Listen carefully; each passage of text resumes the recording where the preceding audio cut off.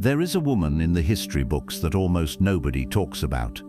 Her name was Faustina, and she was married to Marcus Aurelius, the most powerful man in the Roman Empire. By every visible measure, she had everything: status, wealth, a husband who wrote philosophy that people still read 2,000 years later. But the people closest to her, the court members, the advisors, the family who depended on Marcus, were quietly eating her alive. Not with cruelty, with need, with expectation, with the slow and relentless kind of drain that never announces itself.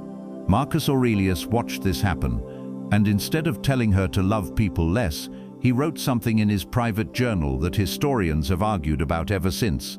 He wrote that a man who lets the behavior of others disturb his inner world has given strangers the keys to his own house. That line is not about becoming cold. It is not about cutting people off. It is about something far more difficult and far more powerful than either of those things. And I am going to walk you through exactly what that looks like in 7 lessons. We are going to start at number 7 and count all the way down to number 1. By the time we reach lesson 1, you will understand why the most loving thing you can do for the people who drain you is to first quietly and completely protect yourself. 7. The power of selective invisibility.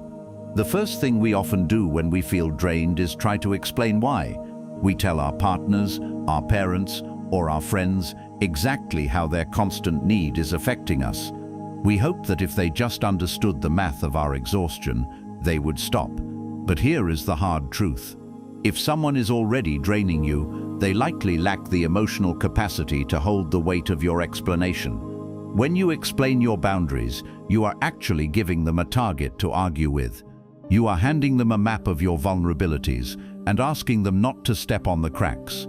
Marcus Aurelius practiced something called selective invisibility. He didn't run away to a cave, he stayed in the palace, but he stopped offering his inner reactions as a public performance. This is the art of being present without being available. It means you stop providing the emotional feedback loop that needy people crave. When someone demands your energy with a complaint or a crisis that isn't yours to solve, you don't have to be a wall, you just have to be a window. Let the noise pass through you without catching on anything. When you stop reacting, people eventually stop pulling. They move on to a target that gives them the charge they are looking for, leaving you in the quiet center of the storm. 6. The architecture of the no without words. We are taught that boundaries are things we say. We think we need to have a big talk to set a limit, but those talks often turn into negotiations where you end up compromising your peace just to keep the relationship stable. In reality, the most effective boundaries are the ones that are never announced. They are built into the way you move through the world. Think about the people in your life who always seem to need just 5 minutes that turns into 2 hours. They aren't doing it because they are evil. They are doing it because you have taught them that your time is an open door. Instead of saying, "I can't talk," which invites a follow-up question, simply become less available in small, physical ways. Don't answer the text immediately. Don't be the first person to jump into the group chat to solve a problem. This isn't about being mean or playing games. It is about retraining the people around you to look for other sources of support. You are essentially shifting from a 24-hour convenience store to a high-end boutique with limited hours. When you stop being the path of least resistance for everyone else's stress, you reclaim the hours of your life that were being traded away for nothing. You find that the world doesn't end just because you didn't pick up the phone on the first ring. 5. Categorize your compassion.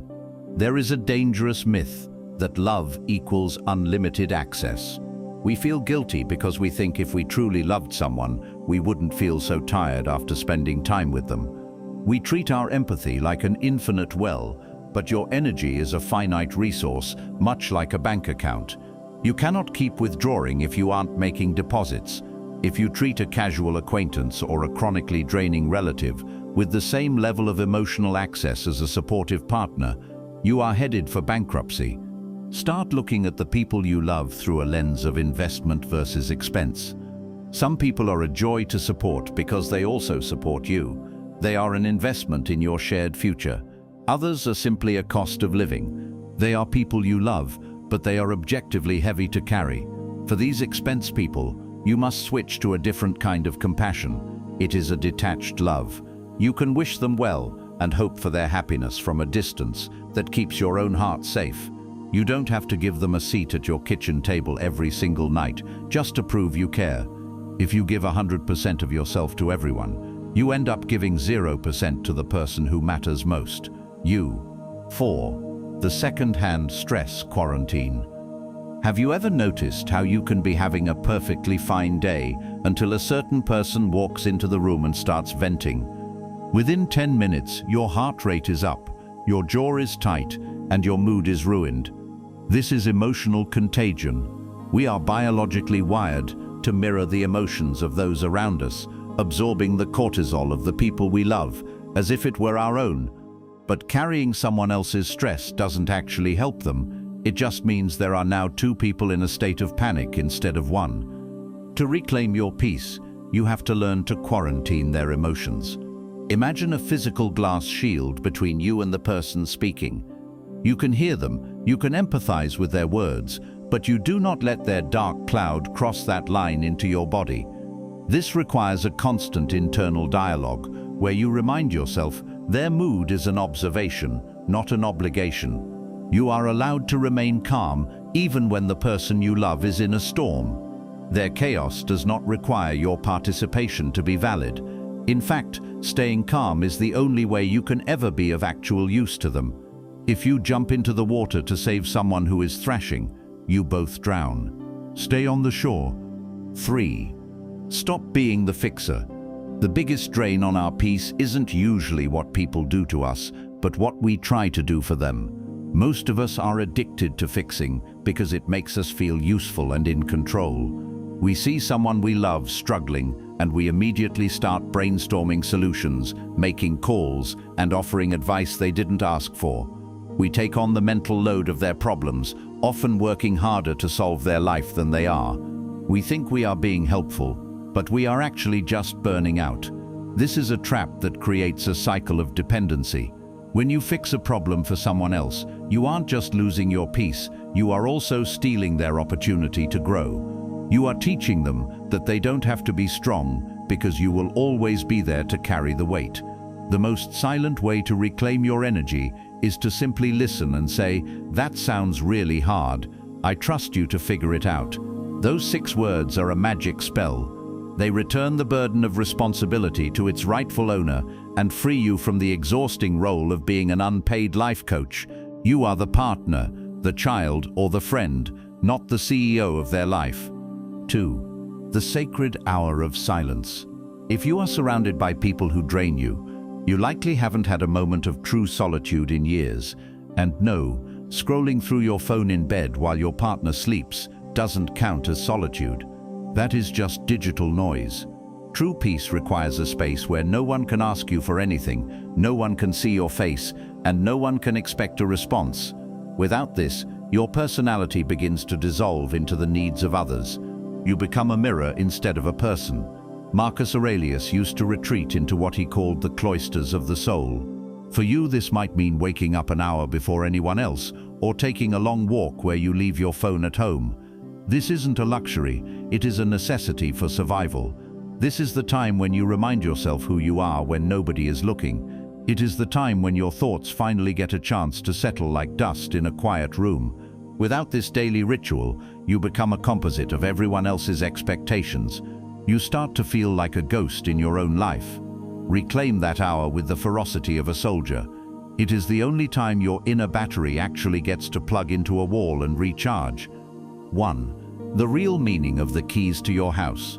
We finally come to the core of what Marcus wrote in that private journal. Protecting yourself isn't about the other person at all. It is about your internal permission system. We get drained because we believe on some level that we are responsible for the happiness of the people we love. We think that if they are sad, we have failed. If they are angry, we must fix it. We have handed them the keys to our house, and then we wonder why they keep walking in and out whenever they feel like it. The most powerful, silent way to reclaim your peace is to realize that you do not own their emotions. You are a guest in their life, and they are a guest in yours. When you stop trying to manage the weather inside someone else's head, you suddenly find that you have a massive amount of energy left over.